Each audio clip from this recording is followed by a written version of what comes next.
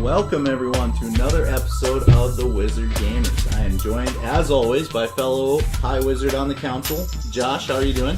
I'm doing great, Charles. How are you doing today? I'm doing great, and also very excited about a new member to the council.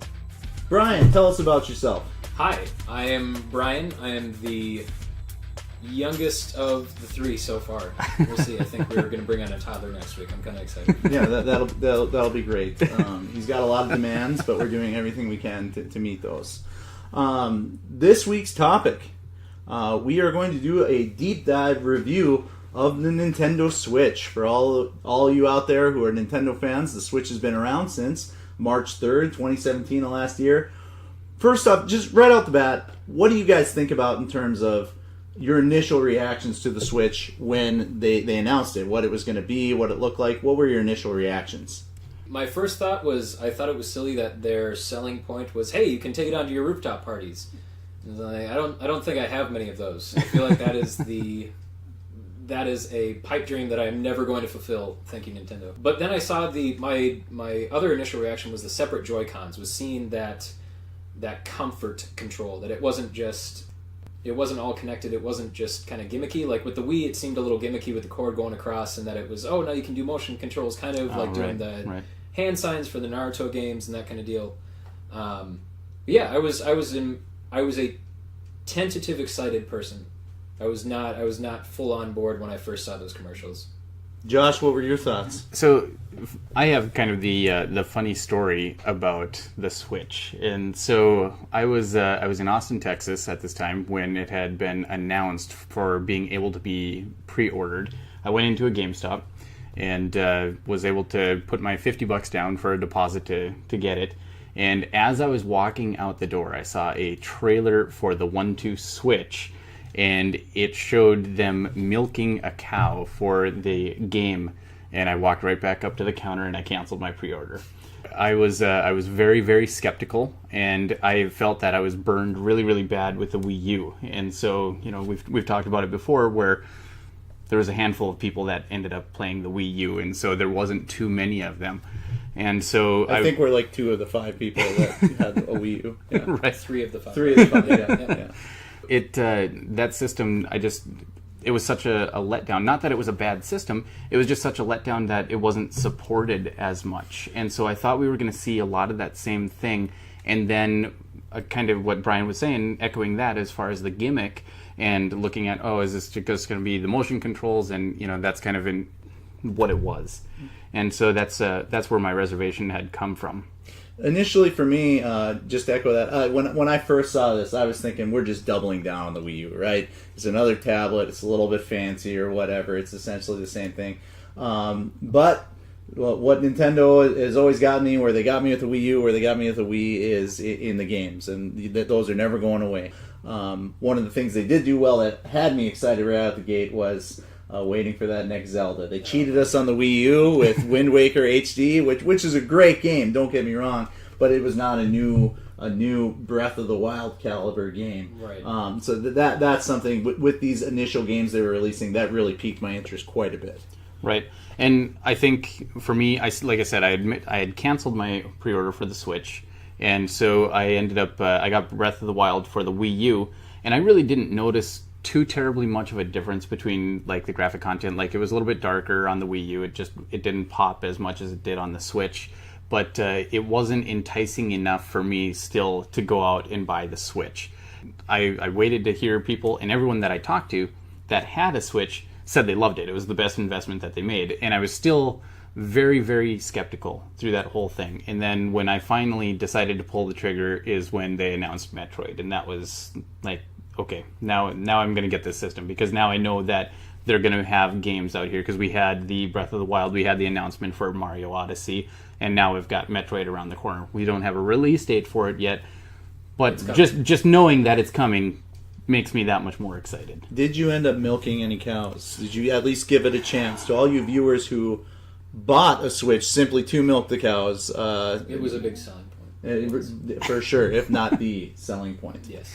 So yes, I did end up playing the 1-2 Switch, and that was that game lived about 30 minutes in my house, and then I turned around and I traded it back in because I did not care for it at all. I was hoping that it was going to be a great multiplayer game, but it wasn't for me. It wasn't my caliber. It might be great for like 5 and 8 year old kids, and even then, I still feel like some of those games were ready for our toddler to have on next week. So I think that's where that game was. I will say, as far as a multiplayer game that was out, that was just kind of redone, was the Mario Kart 8 Deluxe.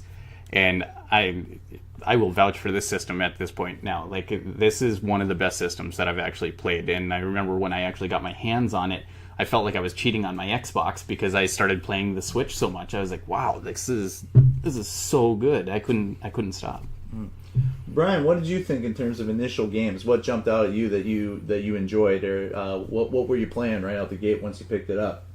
And did you pick it up at launch? I did not. I was like 7-8 months down the road. Then I finally got my Switch. The big one that sold me on it was the indie scene that was still on there. I immediately picked up Enter the Gungeon. Awesome game, has some decent multiplayer to it, some of the best replayability that I've ever found in a game. Binding of Isaac, another kind of a bullet hell dungeon crawling. And then Immortal Redneck was one that was like, it was like $6 the day that I picked up my Switch, and I was like, it looks kind of fun. I have put over 120 hours into that damn game. I cannot get over how much fun that is. So, I don't know what you guys think about this. So, one of the big selling points to me is these indie games. They have really doubled down on the amount of indie games they have on the system, which is great to see, because there are those gems in there. You know, your Binding of Isaac, games like that. SteamWorld Dig 2 was another one. Yeah, these are fantastic. They're cheap. They have a lot of playability, and it's not necessarily always the investment that some of these bigger games have, and you can play a little more casually. That's great, but they don't do a very good job of marketing this, I don't think.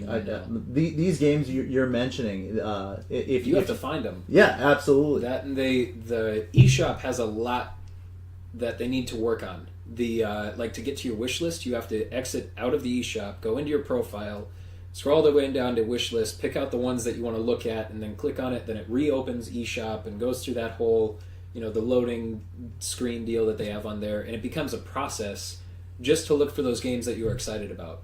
And it kind of kills that initial hype when you log back onto your system, and it's like, oh, let's see if this is dropped in price. Let's see if this is something that I can pick up now. Kind of that high that you get from seeing those prices go down is lost when you have to look for it. Mm-hmm. Right. So that's one of my biggest gripes that I have with the system, out of the small little things that I do have against it right now, the eShop being one of them.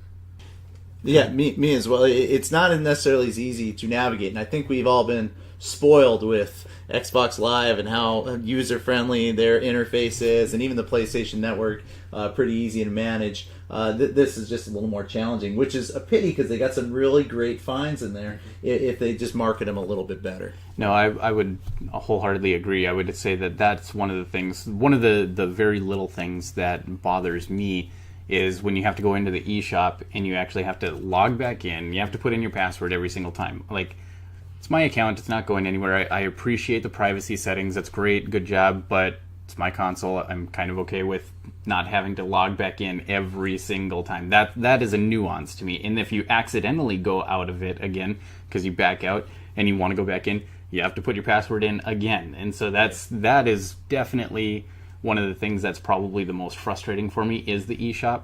As far as the Nindies go, I love that they captured that name, calling it the Nindies. I really love that. That's a cool gimmick. It's fun. I think Nintendo has got something awesome there. And I know that they had just talked about a week or 2 weeks ago that they're intending on having roughly 300 games per month put into the Nindies. And so at that point,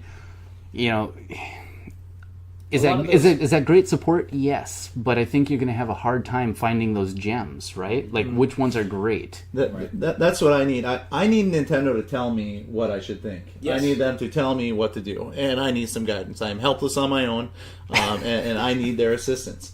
Because, with all that content, there are going to be some gems in there, but how do you find them? How do you know? I mean, if you do your research, you're going to be able to do it. But in terms of just throwing on the store and picking something up, it's a lot more challenging. Yeah, cruising the eShop isn't a thing. You can't just, like with we were just talking about the Xbox Live Marketplace and seeing that and how it functions. It's very easy to jump on there and just like, oh, I want to look at this genre and I want to enjoy that and look through any games that remind me of Saints Row 3. It's like you can go through and really find new things. It's not about like not necessarily what you're being told to look at, but they guide you in a pretty rambunctious way. It almost reminds me of, sometimes this happens with Netflix. I want to veg out, and I have a world of entertainment and media at my fingertips, and there's just so much I can't decide on anything. And that's kind of how I feel when I go into the shop here. So the long story short of this is that we miss Nintendo Power, right? Yeah. Tell us what to think. So, guys, actually, this is kind of a small plug for them, but today, as a matter of fact, I found out that there is another magazine subscription called Nintendo Force, and they had actually picked up the torch from where Nintendo Power had left off. And I think from reading about them online, they picked up 2 or 3 months after Nintendo Power put down the torch, and a lot of the guys that actually wrote for Nintendo Power are writing for them. So I did opt in. I bought a subscription today, so hopefully we'll get to check it out. I know next month they have Waluigi on the cover of it, so I thought I thought you'd be kind of excited about that one. The Nindies, I think it's going to be great, especially if they polish it up. Mm-hmm. In terms of other releases, you've talked about Mario Kart 8. What have been some other games that have really jumped out that you guys have really enjoyed? Big cartridge one that I got into. I don't know if you like the Dragon Quest series at all. I love Dragon Quest. They did Dragon Quest Builders, which is like a more story-driven, linear. I'm not going to say Minecraft. It's not Minecraft. It's slightly different, but it's still cube-based, building in that. But it's third-person kind of isometric view, so you look down at your character and you can really, survey the land and get a cool feel for it. That was my biggest surprise. I had initially rented that out and then went over to GameStop and purchased it like 15 minutes after I rented out. I'm like, this is a game that I really, really want to get into. So Dragon Quest Builders was my biggest surprise so far. Charles, what about you? Well, for me, it was definitely, and this seems pretty standard for any Nintendo system, it was Mario Odyssey. Heck yeah. I started playing this, and initially I was just overwhelmed with moons, because it's like Mario jumps, he gets a moon. Mario ducks, he gets a moon. Mario walks around the corner, moon. Wipes front to back. Yes, moon. You go back to front, 3 moons, right? So it was very overwhelming, but the one thing that was really actually great about this game, it's excellent for casual players. You can get your moons, move on, play through the game. And as someone who really likes to be challenged and do very difficult tasks, it offered that as well. There's a lot of fun, challenging levels in there, getting all 999 moons. Which I think we need to plug that you did complete that is something that we did post a video of. If you get all 100 of or 1,000 of the moons, whatever it was. I'm at like 8 something right now, and I just haven't put in the time yet to get the rest of them. And some of the rest of them, when you get later in the game, you're talking some pretty challenging things. Even if you go and look at your strategies and things, you still have to execute some of these platforms. And it was just really surprising how much I got into this. It was up there in terms of the Mario Galaxy caliber type of game, which I really enjoyed. Absolutely loved it. One I'm debating potentially playing through again if I really don't want to have a life ever again. So I'm curious. I haven't heard anything at all, no whispers at all. Are they going to do any DLC for this? I have not heard much on the DLC for Mario. It was just 100% complete out of the box. That's what we got. Right. It's like this is the whole potato. We aren't going to give you like half of it right now, and then we'll start giving you small bits later on. It seems from, again, the initial reading and the initial reviews that I've seen on it from different sites, they aren't pushing towards any kind of DLC. But it's also Nintendo, so I didn't expect anything for Breath of the Wild, but then lo and behold, now you have a motorcycle. So I'm not sure. Right. It's what the Zelda series has been missing all along. Was a motorcycle. I've always said that. I think very, very strong opinion on that. Right. For me, I guess big ones that I absolutely fell in love with that I didn't have any idea that I was going to like is the Mario Kingdom Rabbids Battle. So that one was one of the games that Mario XCOM? Yeah, and so I've never played any of the XCOM's games, and a lot of people said that, oh, well, if you like this kind of turn-based strategy style, that, you'll really like XCOM or whatever, but it was great. I absolutely loved it, and I'm not a big fan of the Rabbids thing. Like, I played a few of the games. They're fun. Like, some of them are really, really, really fun. but it's not something that I would typically go out and purchase. And so I wanted, at that point, Mario Odyssey hadn't come out, and I wanted a Mario game. And so when I got that, I was so excited for Mario Odyssey that I was just like, oh my god, like seeing Mario in this caliber, the 3-dimensional, and just how smooth it was, the gameplay, I was just very excited. And now with the DLC that they've announced for that, the Donkey Kong Country one, into this, like, I'm very, very happy with how much support the Switch has actually gotten and what we're seeing. So it's pretty great. Well, they've already, in the first year, they outsold the Wii U. The entirety of the lifespan of the Wii U. So 6 copies. Exactly. They got 6 copies in the first year. Very, very good sales quota for Nintendo last year. Right. I don't want this to be too positive, Nintendo. We bashed on them. We talked them up. We talked about the games. What are some things now that, I think we all agree we enjoy the system. What are some things that you wish that maybe they would have done differently, or then potentially they'll address and make a little bit better here in the future? So for me, I know right out the gate was we're never going to have 4K, all right? And is that a huge deal? It's a little bit bothersome. Right. The trade-off, though, is the stylized look that they always go for. Nintendo isn't about, the highest graphics, the greatest quality. You aren't going to get Xbox One X, style quality out of it. What you're going to get is Wind Waker looking, that cartoony, really, really well-stylized look. Focusing more on textures rather than how many polygons it can fit into a screen. And that's great for a lot of the we're talking about the Marios, the Zeldas, but I love a good sports game. It's really tough to contend with. You'd want to play John Madden football in 4K. You'd want to play. That being said, I played FIFA on the handheld mode, and it was a lot of fun. Me and my little brother-in-law were sitting and playing the game like that, and it was cool to have that. Same thing with Mario Kart, that it was. The trade-offs, I still think that they balance out pretty well. While it isn't, the 4K like we're talking about, it's still to a standard that I can live with. And don't get me wrong, I hate myself for this, because it's like, I don't have enough pixels, right. And it's like this pristine image. How much better does it really need to be? But just something that I would have liked to have seen looking in the future. Everything's going 4K now, so I would have liked to have seen them follow suit. I know with the Wii, they didn't do an HD version of the Wii, and I know that did hurt them. Wii U a lot was of just gamers. 720. Yep, and gamers wanted that, and so for me, that's one of the downsides. Right. I would say if there was anything that was looked down on, I think we kind of covered the eShop. I think that was right. Do it now. Do it now. Do it now. But one of the other things, and I think we're getting somewhere here on this, is just the online multiplayer. Right. We've talked about balancing in those games, man. Right. It's impossible to get into it. Splatoon 2, you can have somebody who's level 78 with level 6, and it breaks the experience for those new players. Right.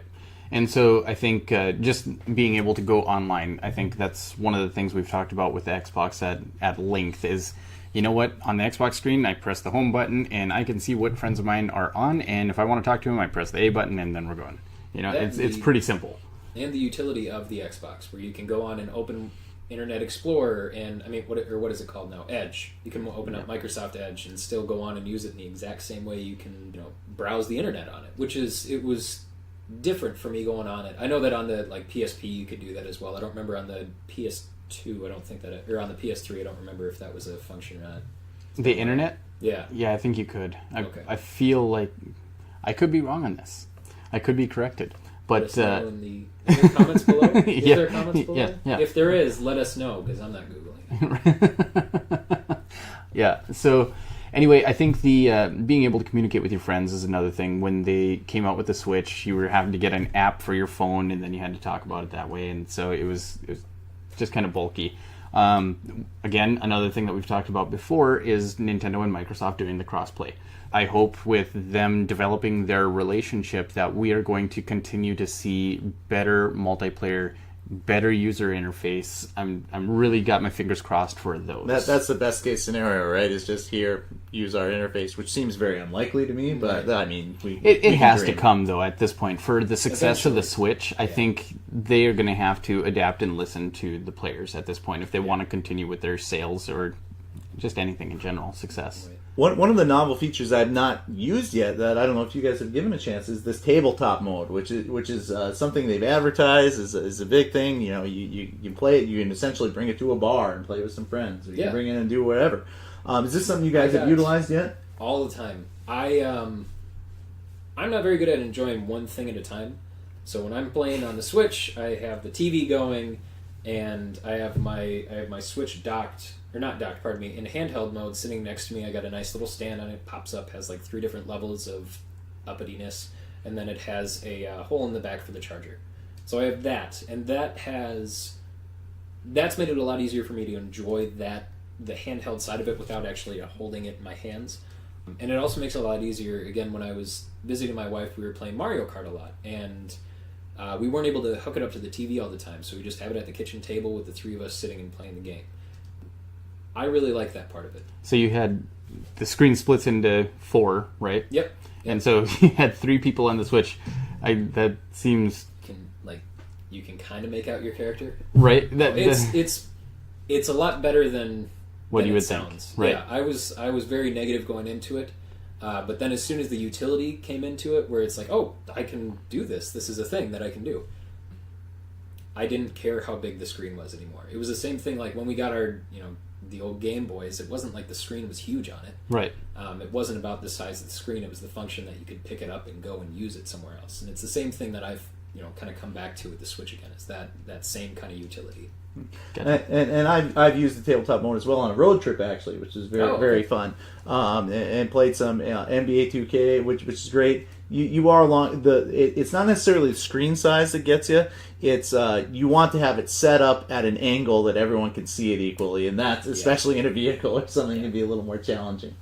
Anyone that problem solves that, there's your $1 million idea. Right. I have not taken it tabletop mode. Mine has stayed in the dock, hooked up to the TV the entire time, so I've never even taken it out.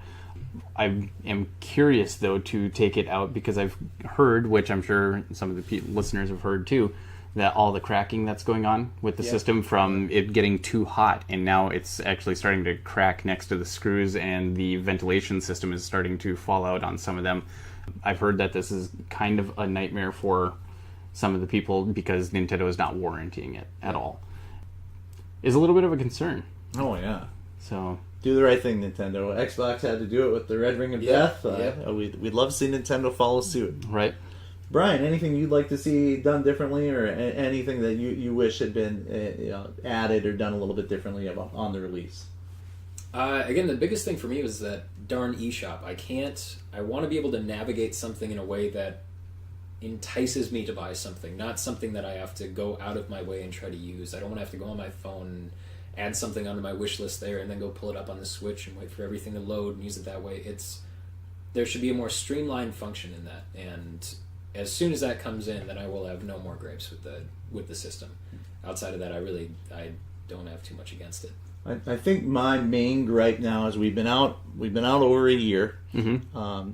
I'm not as thrilled with the major game selection. So the indies are great, but in terms of the major releases, we're still lacking. I'd like to see a few more. Obviously Metroid, was hoping for that this year. We're not getting it this year. They do have them coming up. They have some of the mainstays coming up, which I'm really excited about. But would like to see a better selection of games this deep into the release. So we're a year into it though, and I think.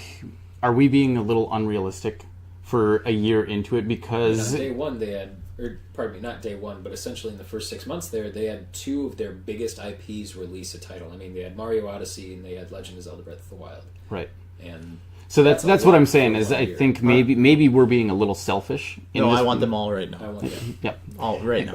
I agree. I definitely want them, but if we wanted them to just put them out so quickly, are we going to get the game we want? Right? So I think that patience is a virtue in this particular case. I'm gonna be the guy that goes out and says that I want you to put out a good game. I don't want you to put out a game like Super Mario Bros. 2 and then slap Mario Brothers on it because it wasn't Super Mario Brothers. So I don't want you to do that thing. I want you to make a game that's great and that we're going to talk about. Don't drop the ball on Metroid. And for the record, Mario 2 is potentially the best of the Mario Brothers. I think you meant 3. No. There's no misspeaking there, but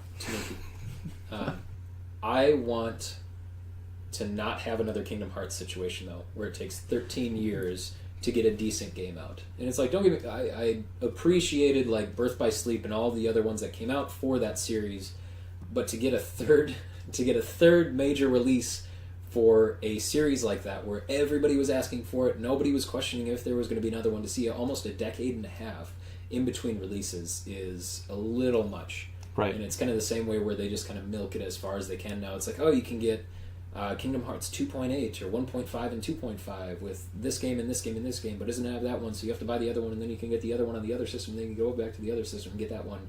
And it became this kind of convoluted way of being able to enjoy the game.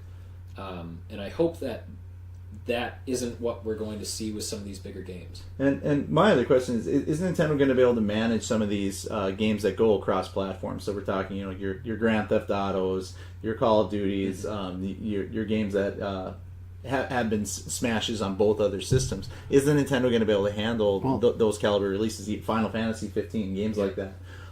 Is it going to be able to keep up with that? I'm not sure what the answer is. Well, I think we know what the answer is on that, is that it's not at this point. And the reason I can validate that and say that is if we look at Dark Souls, right? It came out for the PS4 and it came out for the Xbox One, and it had intentions of coming out for the Switch the same day, and it got delayed. It got delayed till later in May. And then it was August. Yeah, and then now it was supposed been just this year. Yeah, and so we have no definitive date of when Dark Souls is coming for the Switch, and I've already got my copy bought and paid for, and I don't know when I'm getting it. And so I think that answers that question. So yeah. I'd like to know, what is it from software that's having an issue developing it for Nintendo to be able to go, or is this something on Nintendo's end where they're not able to meet the requirements, or what is it? Where is the hang up going on that?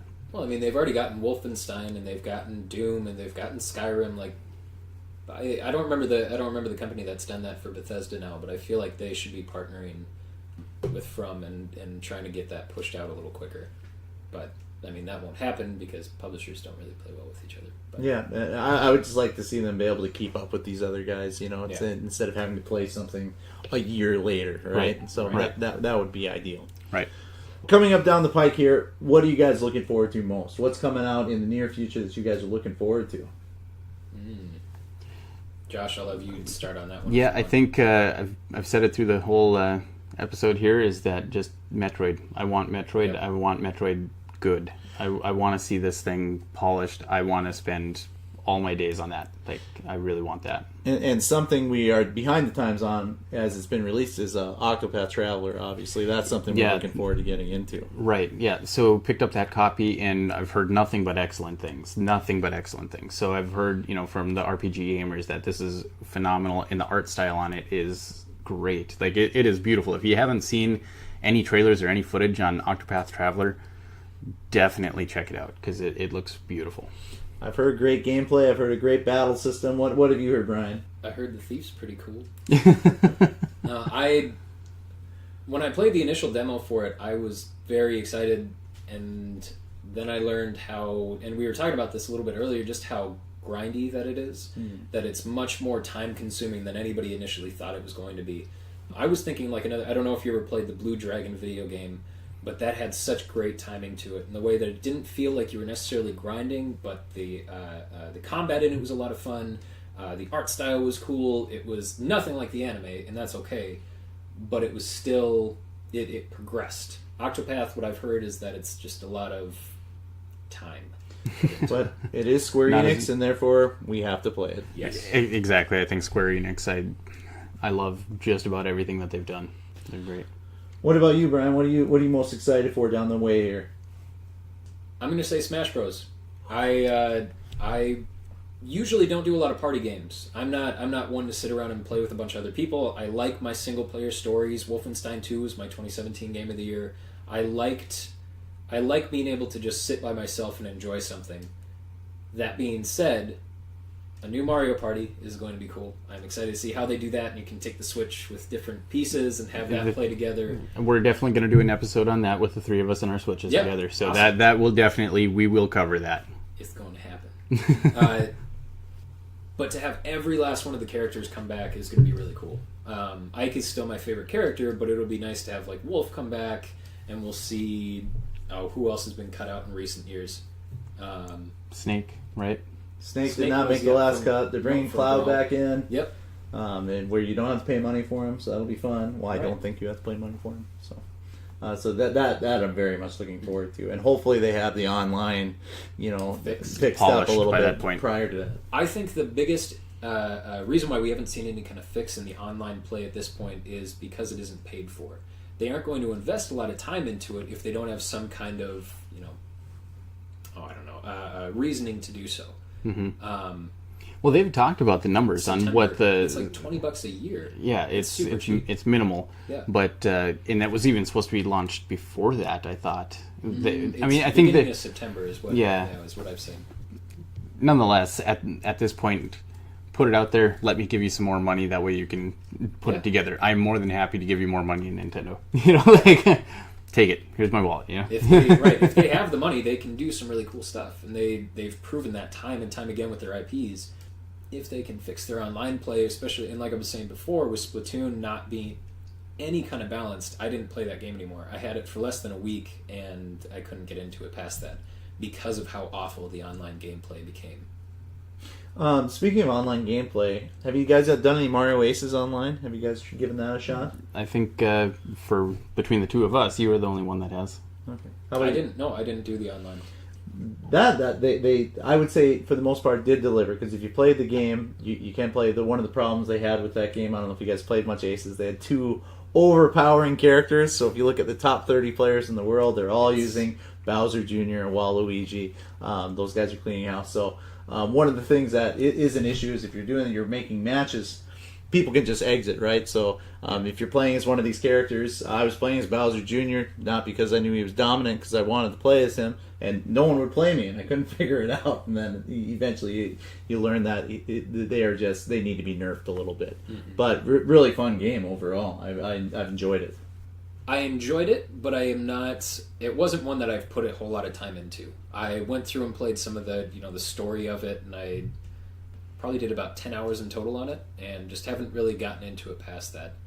I like some of the mini games though. I like some of the and I'm going to forget all the names on it, but the one where you have to aim at the different piranha plants as they pop up. That one was actually kind of fun. It took some skill to it, and I like that there's a level of skill past just click A to win. Yeah, for sure. And Josh, you gave it a few games as well. Yep, I invested a little bit into it. I tried the story mode a little bit. Again, we go back to our future episodes. Sports games is not my forte. So I was getting smeared on this, and I had friends come over, and they were excited to play Aces, and I got smeared, and so I haven't touched it much after that. So I'm just like, okay, I'm still not good at sports games regardless. Tried the story mode a little bit. Did enjoy it, got hung up a couple different spots, wasn't able to get past it, and so I haven't picked it up much past that. So not that I don't love it, I think it's great, it looks beautiful. Really, really, really hoping for a Mario Golf to come out, because that one I know that I was actually good at. Mario Strikers would be cool too. Yeah, so they need to bring that back. Or Harry Potter Quidditch. When we're talking about sports here, I would like to see Harry Potter Quidditch make a comeback. That was a lot of fun. I think with our new studio, we're going to have a legitimate Quidditch field in there, so we're just going to play through it. Yeah, that's the plan. One last thing on Aces, you get a chance to play the tournaments. Pretty fun. They actually did pretty well. You have a lot of sports games. The glitches will kill you. You get really upset. You get lagged. Even with the mediocre connection, you can still get a pretty decent game in. Not to say it's perfect. There's still some issues, but overall, I had a lot of fun with it. Game I'm looking forward to is the new Pokemon. I think that's going to be pretty fun, how they're going to interface that with the Pokemon Go concept. Yep. I think that should be pretty good. I'm very, very excited for that. Are you guys Pokemon Go fans?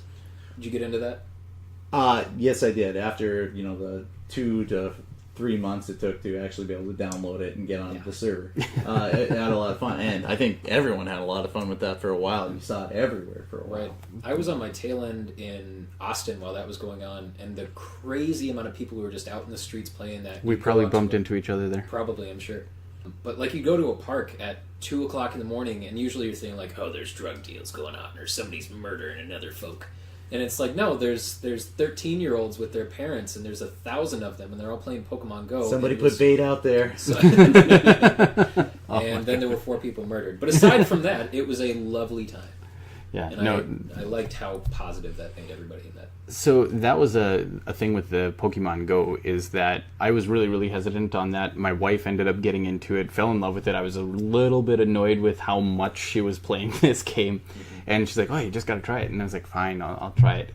And that turned into it. We were driving all over Austin, Texas, going to the Pokestops, going to the parks, and seeing hundreds of people in the park. That was absolutely mind-blowing to me. And it was dropping the baits and going through that, and everyone would be like, oh, there's a squirrel over here, and people would start running over towards the river because they were in that area. Squirtle, right? Yeah, it was just absolutely insane. So yes, to echo kind of what you're saying there, the Pokemon Go, I'm very, very excited for it. The only thing I'm not looking forward to is how, depending on how much they implement that Pokemon Go concept, is not feeling safe in traffic or walking down the street because some idiot is playing it while driving their car trying to catch Pikachu going 75 miles an hour. So hopefully we can avoid some of that. Right. That's my hope. Let's keep it to a solid 30, guys. If it's Pikachu, I mean, really.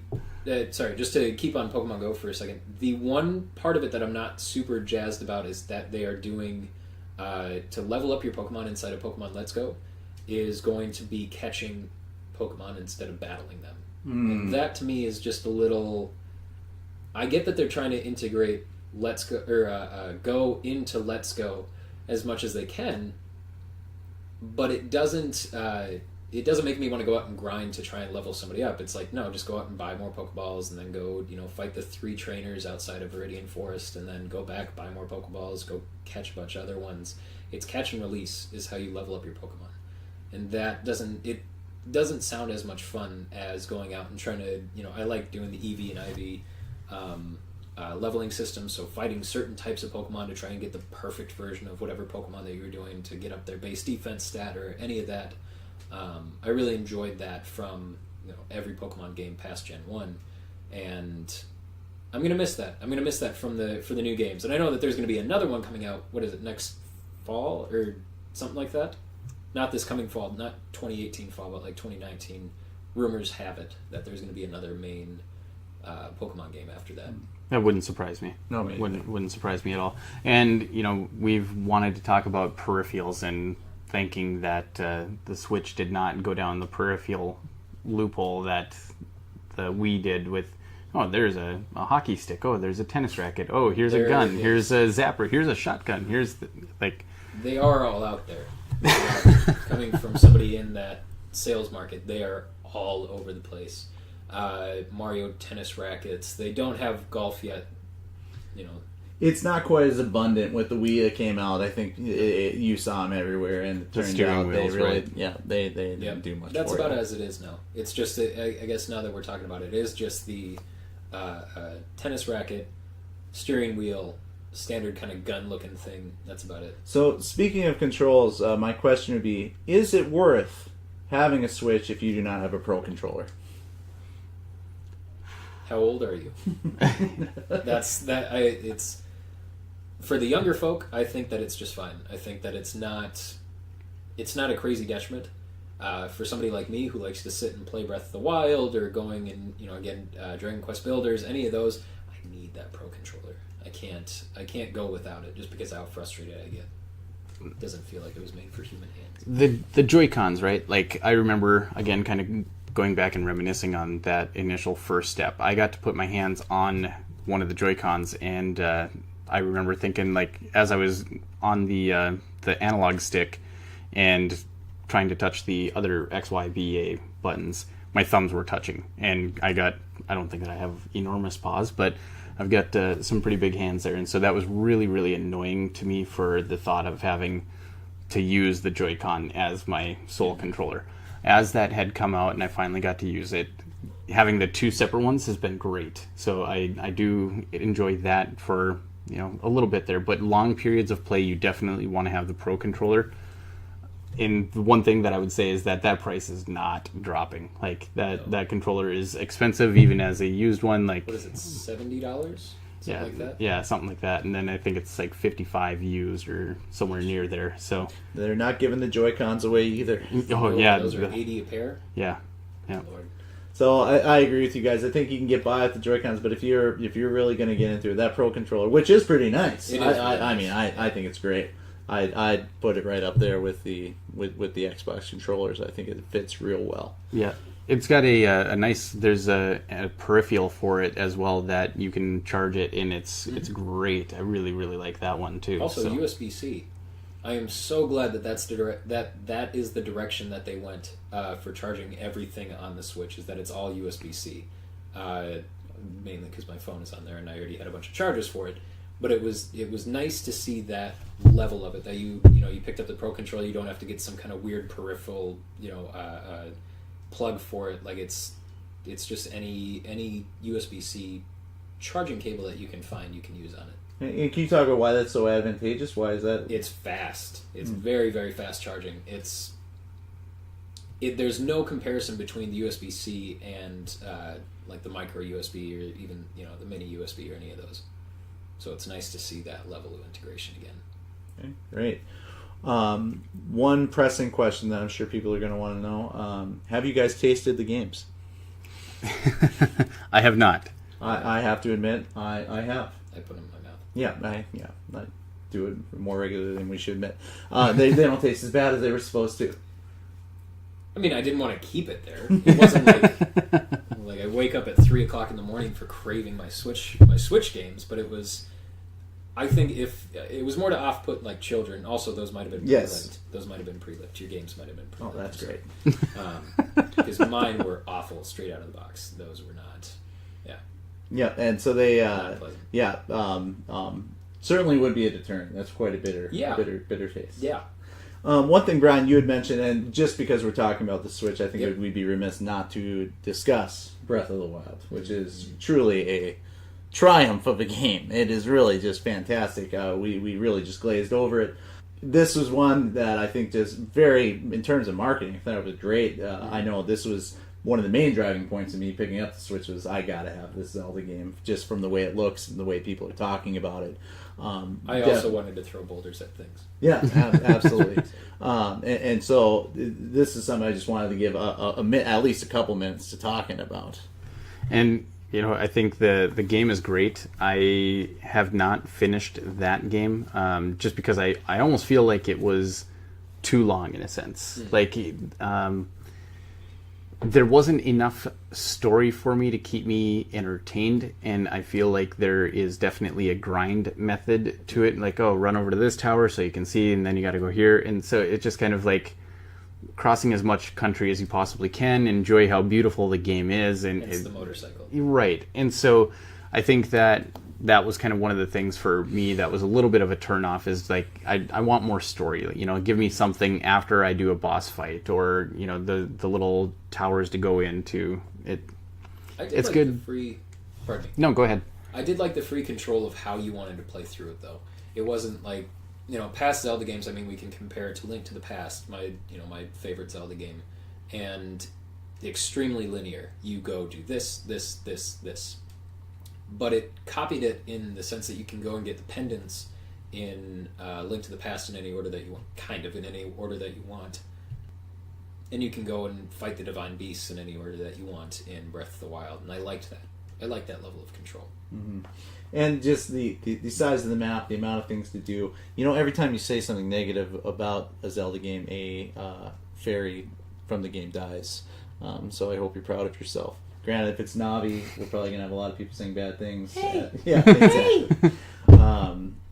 So yeah, we probably do with a few deaths in that family, but just a great game. Really, it looked beautiful. It handles really well. There were a lot of things I was skeptical of. My weapons breaking, having to constantly filter through those. But once you get into the swing of it, it's really great. I'm actually have the privilege. I'm still playing through this, and so I've just begun, and I've been nothing but pleased with it. Exceptional game. I don't know. You said Link to the Past is your favorite. Yeah. I'm the standard Ocarina of Time. Josh, if you had to vote. Yeah, I would go with A Link to the Past, but A Link Between Worlds is great as well. So that one, as the handheld, I absolutely loved and adored that game. So I think that those are definitely my favorites. I've been right now. I'm playing through Majora's Mask for the 6,000th time, I guess, on the 3DS, and I always forget how difficult that the earlier games were. I always forget how much of a struggle it was, but just how much that you had to work to really achieve what you were trying to do. And unless you knew where everything was, if you had played through it a couple times, then you could get through Majora's Mask pretty quick.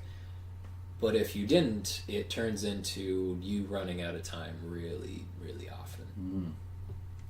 I miss So- that level of difficulty. And that's the other thing. That's another thing I'm hoping that we get from the Switch is obviously getting some of our throwback games in there, right? So Right. you want to be able Virtual console right. has to be coming. It's just got to be a matter of time. Yeah. Okay. So that'll be great, and obviously, external hard drive is probably going to be a must, right? So if we're going to do any throwbacks, it's probably going to be an essential component to that. Depending, I mean, SD cards. you take into consideration the size of the emulators for all those old games. I mean, you can fit just about the entire NES library on what, a 2 gig or 3 gig, something like it's minor. I want to see them do a throwback though for GameCube and for some of the Wii classic I wouldn't mind being able titles. to play through Twilight Princess again. Yeah, absolutely. I would love being able to do that on the Switch mobile. Oh, that'd be cool. So if you're playing Nintendo, Super Nintendo, yeah, I mean you can get that. Right. You know. But if you're talking the bigger catalog Yeah. libraries, yeah, makes sense.